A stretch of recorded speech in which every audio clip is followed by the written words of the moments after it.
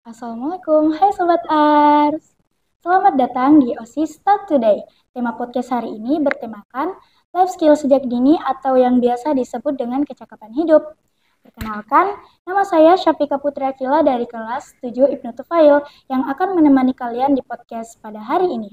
Podcast ini dibuat sebagai ruang santai tapi juga bermanfaat, di mana kita bisa saling berbagi cerita, pengalaman, inspirasi, dan juga informasi seputar sekolah. OSIS SMP Tarohma sudah mengundang tamu spesial untuk menemani kita di podcast hari ini, yaitu Kak Syakila Herun Ali. Hai semuanya, aku Kila. Kak Syakila nyamannya dipanggil apa nih? Oh, aku panggil aja Kila. Syakila panggil aja Kila. Oke. Ya, jadi namanya mirip-mirip. Kak Kila adalah seorang mahasiswa FISIP Ilkom angkatan 2024. Maaf, adapun prestasi Kak Syakila yaitu LDBI Nasional 2023, juara 2 Kejurkot 3x3 Basketball Putri Gorontalo 2023, juara 1 LDBI Provinsi 2023, juara 2 Liga Debat Polbangtan 2024. Nah, kali ini kami mengundang Kak Kila untuk sharing soal life skill sejak dini pada hari ini. Langsung aja kita mulai ya, Kak. Mungkin banyak orang yang masih bingung sebenarnya apa sih yang dimaksud dengan life skill atau kecakapan hidup. Sebenarnya aku mau nyapa teman-teman dulu ya. Hai teman-teman semua yang lagi nonton. Perkenalkan aku Kila, mahasiswi dari Fakultas Ilmu Sosial dan Ilmu Politik, Ilmu Komunikasi, Universitas Hasanuddin angkatan 2024. Nah, jadi menurut aku sendiri nih ya, kalau persoalan life skill itu actually aku belum ada di titik dimana yang kayak ngerasa kalau life skill aku nih udah jago banget, life skill aku udah mateng banget. Tapi aku bakalan coba sharing ke teman-teman semua tentang life skill sendiri berdasarkan perspektif aku. Nah, kalau life skill sendiri berdasarkan perspektif aku tuh, pernah nggak sih teman-teman tuh ngerasa kayak, wah aku nih pinter banget di kelas, nilai aku bagus, atau kayak aku nih uh, banyak banget nih lomba-lomba yang aku pengen ikut. Tapi di lain sisi teman-teman tuh pernah nggak sih ngerasa kayak di di saat nilai aku bagus di kelas, kok aku ngerasa aku tuh nggak bisa bersosialisasi ya. Aku tuh ngerasa public speaking aku tuh jelek banget. Nah, sebenarnya life skill itu bisa kita tarik kesimpulannya dari kejadian-kejadian yang kayak gini. Life skill itu sebenarnya menurut aku sendiri nih ya, itu tuh senjata kita buat bisa survive di kehidupan ini. Karena life skill itu penting banget. Apalagi life skill itu nggak semuanya bisa kita dapatkan di sekolah ya. Nggak semua life skill itu bisa kita dapat di kelas. Ya walaupun mungkin ada, tapi itu tuh terjadi secara nggak sadar. Itu tuh padahal life skill itu kita bisa kembangin loh secara sadar. Kita bisa kembangin life skill secara mandiri. Nah, itu aja sih menurut aku kalau persoalan life skill ini. Oh, ternyata life skill itu banyak macamnya ya, Kak? Iya, benar banget. Dan itu semua wajib gak sih dimiliki oleh seorang pelajar? Kalau wajibnya sendiri itu sebenarnya ini nggak bisa kita bilang wajib juga. Karena kan life skill tiap orang itu kebutuhannya kan beda-beda ya. Makanya sebenarnya life skill itu fleksibel, itu tergantung teman-teman sendiri. Pengennya itu berkembang di dunia apa sih? Misalnya aku pengen life skill aku di critical thinking sama dunia debat itu berkembang. Makanya ya aku kembangin kemampuan aku dalam debat. Aku latihan tiap hari, ya kayak gitu pokoknya. Oh, oke. Lanjut, apa sih Kak bedanya siswa yang mempunyai life skill dan siswa yang tidak mempunyai life skill? Kalau perbedaan soal siswa yang gak punya life skill sama yang punya life skill ya, menurut aku ini kita bisa ngambil contoh gampangnya lah. Misalnya kalian nih, anak-anak OSIS. Misalnya lagi pada bikin proker apa gitu, terus akhirnya miskom dan jadinya berantem. Nah, contoh life skill sederhana yang kita bisa dapat dari kejadian ini itu adalah orang yang mampu berkomunikasi dengan baik, itu pasti bakalan bisa nyelesain masalahnya. Ya karena dia punya life skill dalam komunikasi. Tapi coba kamu compare sama orang-orang yang nggak punya kemampuan kayak gitu. Dia nggak punya life skill kayak critical thinking atau good communication misalnya. Dia tuh pada akhirnya bakalan bingung sendiri pasti. Karena apa? Ya karena dia ngerasa, aduh ada masalah nih, tapi aku nggak bisa apa-apa.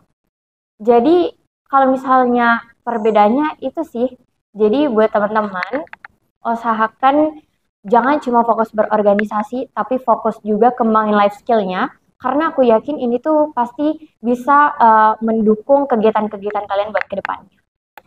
Oke, kalau boleh tahu, life skill hidup apa saja yang menurut Kak Kila penting untuk dimiliki oleh generasi saat ini?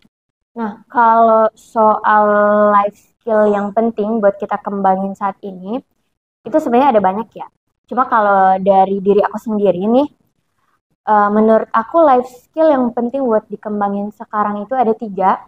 Yang pertama ada critical thinking, yang kedua ada komunikasi yang efektif, terus yang terakhir ada manajemen waktu dan prioritas. Nah, kenapa sih critical thinking ini penting? Karena critical thinking ini tuh kepake banget di semua hal.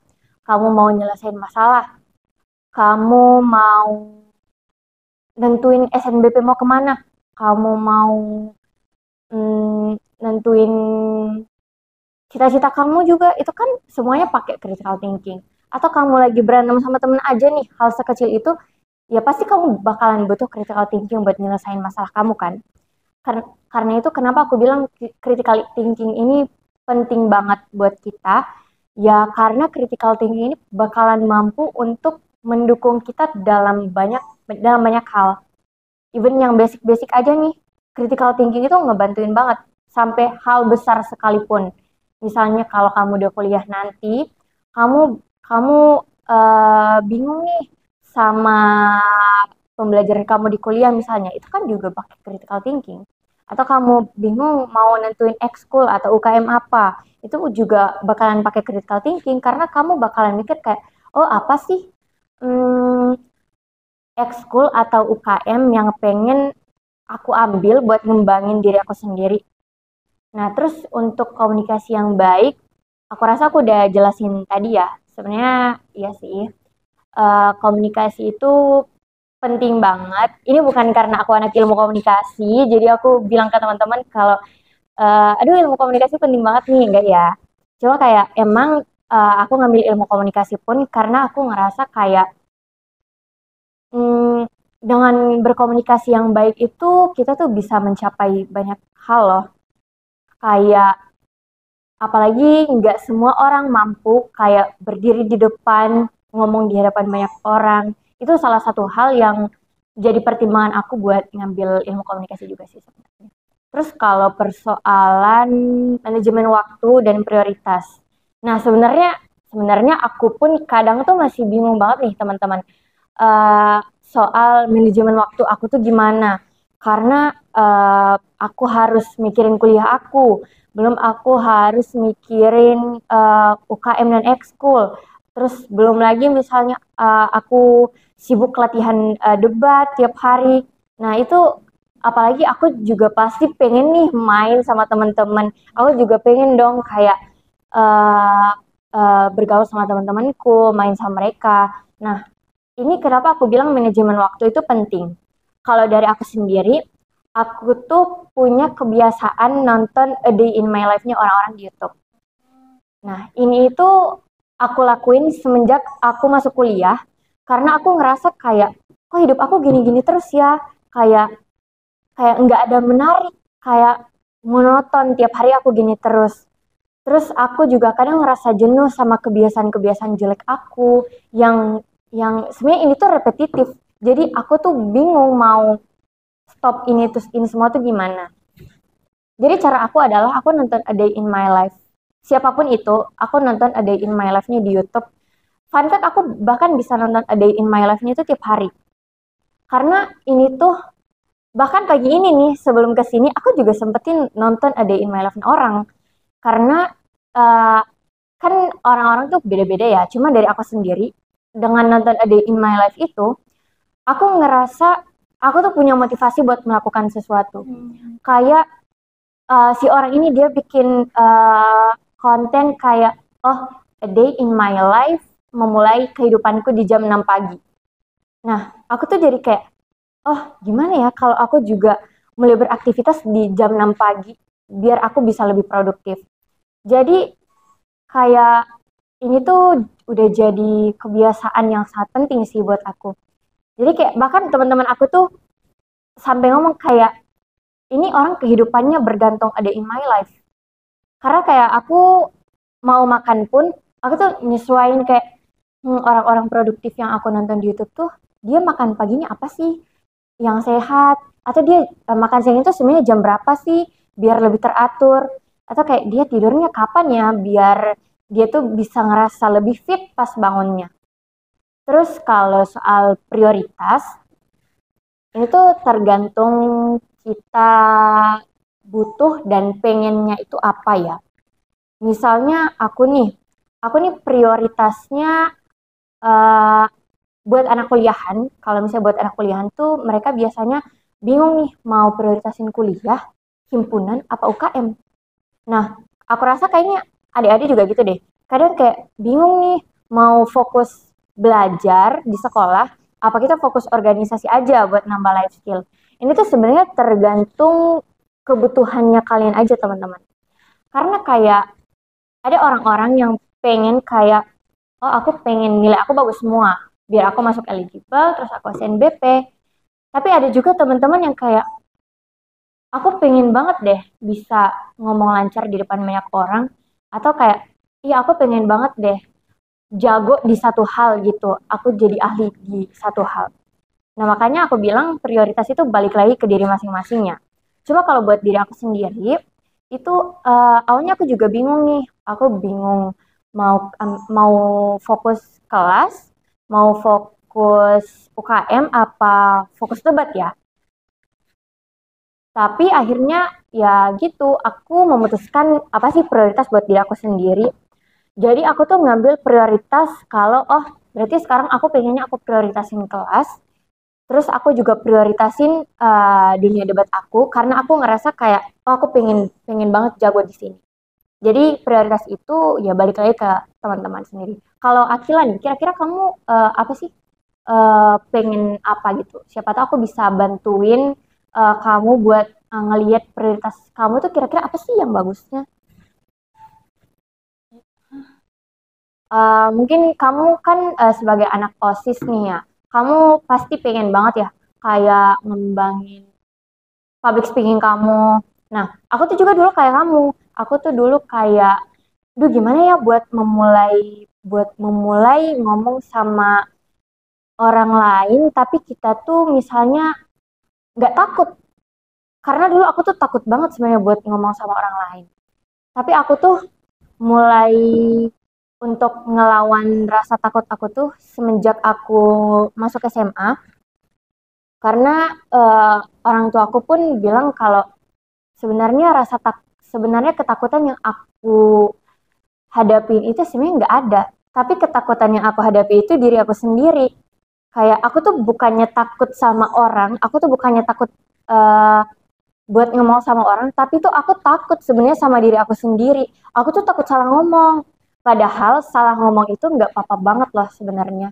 Karena kalau kita nggak salah ngomong dulu, gimana caranya kita tahu kalau kita salah ngomong? Ya makanya emang runtutannya itu kita harus salah ngomong dulu teman-teman. Nggak ada orang yang dari awal tuh langsung kayak, wah ini orang ngomongnya jago bener. Itu nggak ada. Aku pun dulu, aku tuh selalu banget salah ngomong, aku selalu latah, typo di mana-mana. Jadi itu sebenarnya dari teman-teman sendiri sih. Semoga dengan apa yang aku kasih tahu ini teman-teman jadi bisa tahu gimana cara nentuin prioritas teman-teman. Itu aja sih. Jadi itu tergantung dari diri kita sendiri ya Kak. Ya benar banget, itu tergantung diri kita sendiri. Jadi buat teman-teman dan juga buat Akilah sendiri nih, jangan takut buat menentukan prioritas kalian apa ke depannya, karena itu bakalan kasih impact yang besar banget buat kalian sendiri. Oke.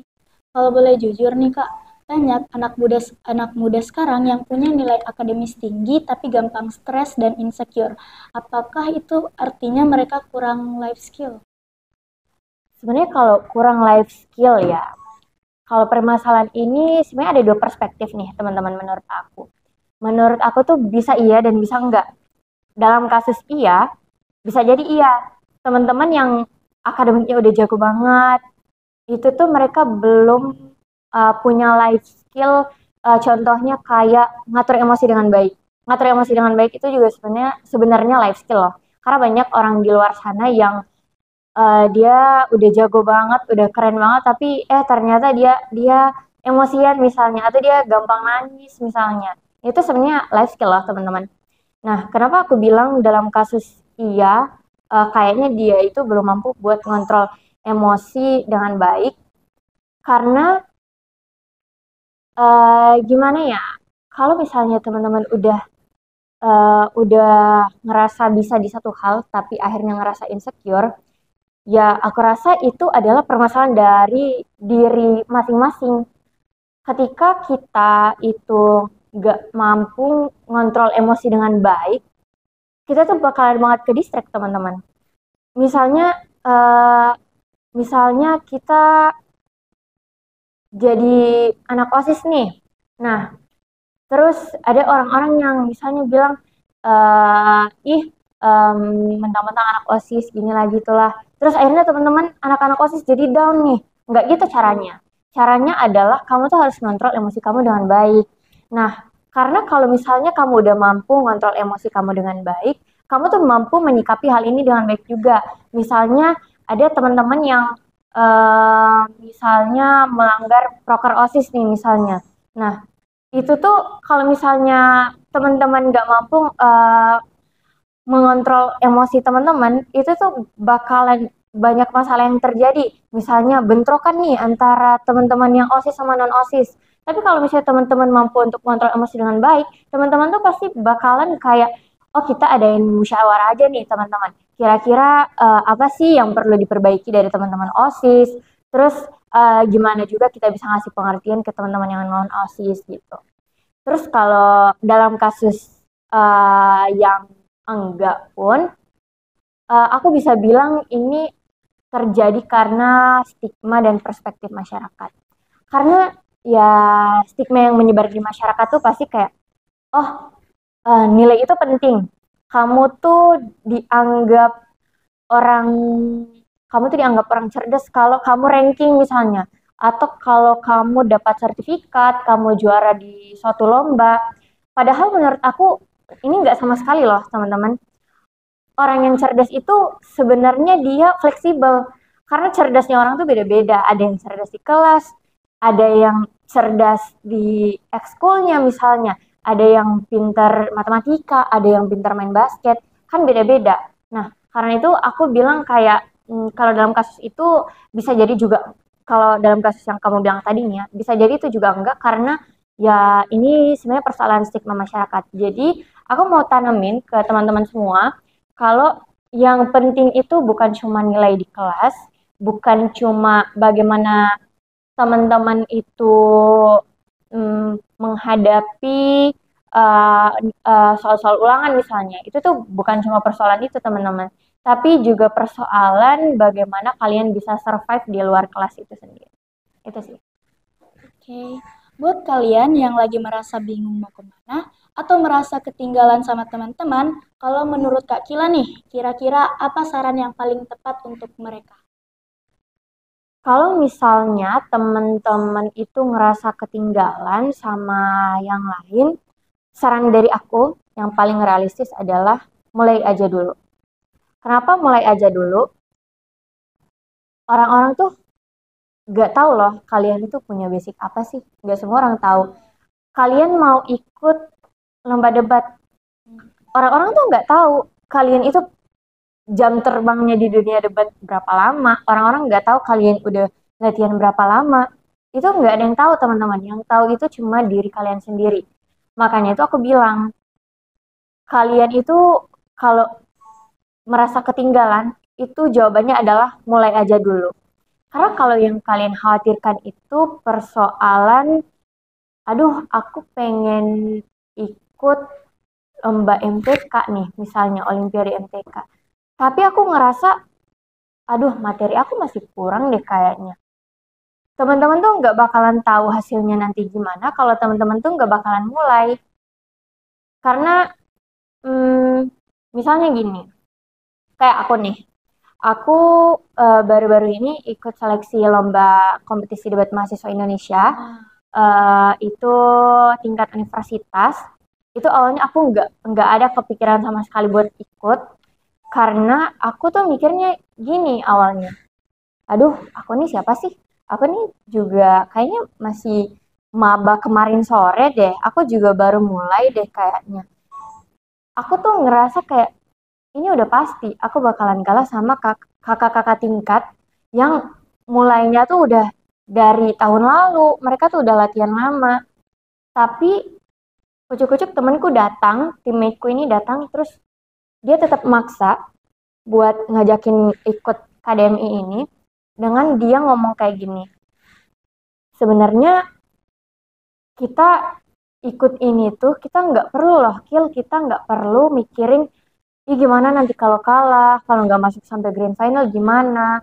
Itu tuh kita nggak perlu mikirin itu loh sebenarnya. Yang penting kita udah mulai dulu. Kalau kita udah mulai nih, kan itu bagus. Itu kalaupun misalnya kita kalah, ya nggak apa-apa. Yang penting kita tuh udah tahu, oh kalau aku ikut lomba ini, sebenarnya kondisinya tuh kayak gini loh.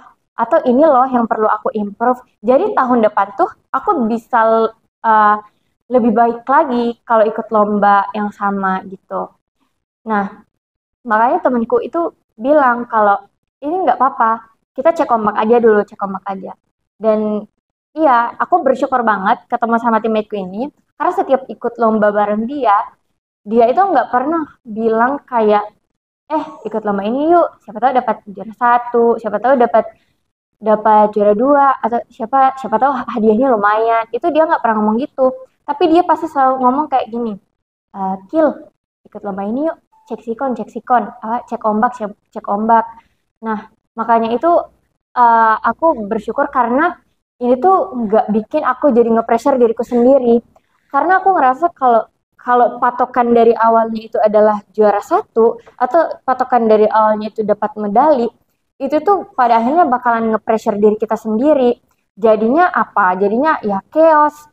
Terus kayak karena kita nge-pressure diri sendiri, mikirnya itu bukan latihannya lagi, tapi mikirnya kalau kalah gimana, kalau ini gimana. Nah, jadinya kan gak bakalan fokus. Makanya itu kalau dari aku sendiri sih, aku tuh kalau ikut sesuatu aku nggak pernah pengen nge-pressure diri aku sendiri. Aku nge aku ada di kursi ini sekarang aja. Aku tuh dari awal dikasih tahu sama teman-teman OSIS Ar-Rahmah, itu aku nggak nge-pressure diri aku sama sekali. Bahkan aku nggak yang kayak, oh aku mau ikut podcast, aku harus nyiapin materi ini itu. Tapi aku tuh lebih ke kayak, oh iya podcast, aku niatnya datang ke sini adalah buat sharing sama teman-teman. Jadi aku pengennya tuh kayak let it flow aja gitu. Jadi kayak santai. Ya santai aja. Jadi itu sih buat teman-teman, semoga ini semoga teman-teman bisa ngerti ya. Oke, keren banget Kak sarannya. Makasih. Baik Kak Syakila, sebelum kita tutup, bisa nggak sebutin 3 life skill penting yang bisa kita coba dari sekarang? Nah, 3 life skill penting yang bisa kita cobain dari sekarang. Yang pertama nih, menurut aku itu teman-teman jangan takut buat say no ke sesuatu yang itu mengganggu teman-teman. Atau ya maksud aku di sini adalah stop jadi people pleaser. Karena kenapa? Ini tuh sebenarnya habit yang buruk banget teman-teman. Karena ketika kalian menjadi tipikal orang yang seperti ini, kalian tuh nggak peduli keadaan diri kalian itu sedang baik, buruk, sedang senang, atau sedang sedih. Karena kalian itu menanamkan ke diri kalian sendiri itu buat mendahulukan orang lain. Kenapa aku bilang kayak gini? Karena ketika kita jadi people pleaser, kita itu bakalan lebih untuk memperhatikan orang lain. Kenapa? Misalnya nih, teman-teman abis, oh aku bakalan dikasih contoh yang relate buat anak-anak sekolahan nih biasanya. Misalnya teman-teman ada tugas nih, PR, matematika. Nah, Misalnya Akila nih udah belajar capek-capek ngerjain PR dari semalam, ujuk-ujuk temennya datang ternyata belum ngerjain. Terus bilang gini, Akila, aku boleh lihat PR kamu nggak? Soalnya aku belum nih, soalnya aku gini gini gini gini. Nah, karena si Akila ini nggak enakan, dia nggak berani say no, makanya dia kayak, oh iya ini ambil aja. Nah ini tuh nggak boleh teman-teman, ini tuh habit yang buruk. Karena kenapa? Karena itu pada akhirnya nggak bakalan adil. Akila yang udah belajar capek-capek dari semalam, udah ngerjain, tapi malah eh, apa yang dilakukan sama dia itu cuma di copy paste sama orang lain. Makanya ini aku bilang kenapa untuk say no ke sesuatu yang mengganggu kita itu sebenarnya penting banget. Karena kayak tolong dahulukan diri sendiri dulu sebelum kita mendahulukan orang lain gitu sih. Terus kalau eh, yang lainnya itu kayaknya komunikasi yang baik ya. Kayak yang udah aku jelasin tadi. Terus yang terakhir itu menurut aku ada apa ya? Yang terakhir itu menurut aku penting adalah critical thinking itu juga penting karena critical thinking itu aku rasa mencakup semua sektor ya. Karena kayak contoh yang relate buat teman-teman, misalnya mau bikin proker nih, itu kan juga butuh critical thinking. Kan teman-teman bikin program kerja itu nggak, oh kita mau bikin proker ini, ya udah jadiin aja. Kan nggak mungkin kayak gitu. Butuh proses sampai akhirnya prokernya itu jadi dan betul-betul di, digunakan saat itu kan. Jadi makanya aku bilang critical thinking ini penting. Even hal sekecil kayak teman-teman kamu nih, Akila lagi berantem sama temennya. Critical thinking ini penting karena kamu bisa gunain itu buat nyelesain masalah sama teman kamu. Critical thinking itu beda, aku rasa nih ya, critical thinking itu beda sama mikir biasa aja. Karena kalau mikir biasa aja, itu tuh bakalan kayak ya udah yang penting masalahnya selesai. Tapi kalau critical thinking ini tuh beda karena dia itu gimana ya ngomongnya, kayak kalian tuh mikirin juga loh dampaknya apa ke depannya. Jadi kayak makanya yang penting itu adalah bukan cuma berpikir biasa tapi berpikir kritis itu juga penting teman-teman gitu sih. Wah, keren banget dan bermanfaat banget tipsnya. Jadi itulah topik bermanfaat dari Kak Kila. Kita sudah belajar banyak nih soal life skill, mulai dari pengertiannya sampai ke penerapannya dalam kehidupan kita. Terima kasih banyak ya Kak Syakila. Sama-sama teman-teman juga di sana. Makasih juga ya udah undang aku, nggak nyangka banget. Sama-sama. Sudah mau berbagi waktu dan ilmu hari ini. Senang banget nih bisa sharing banget bareng Kak Syakila. Aku juga senang banget bisa sharing sama teman-teman Ar-Rahma dan buat teman-teman yang nonton juga. Jadi semoga apa yang aku share ke kalian ini bisa bermanfaat buat kalian, buat adik-adik yang SMP mungkin bisa dipersiapkan buat nanti SMA gimana, dan mungkin juga buat teman-teman yang SMA bisa jadi bahan pertimbangan buat nanti mikirin, oh nanti aku kuliahnya gimana. Untuk kalian yang lagi mendengarkan podcast ini, jangan lupa ya, life skill itu gak cuma bawaan dari lahir, tapi bisa dilatih dari sekarang. Jadi, yuk mulai asah life skill kalian. Sampai ketemu lagi di OSIS Talk Today berikutnya. Bye! See you!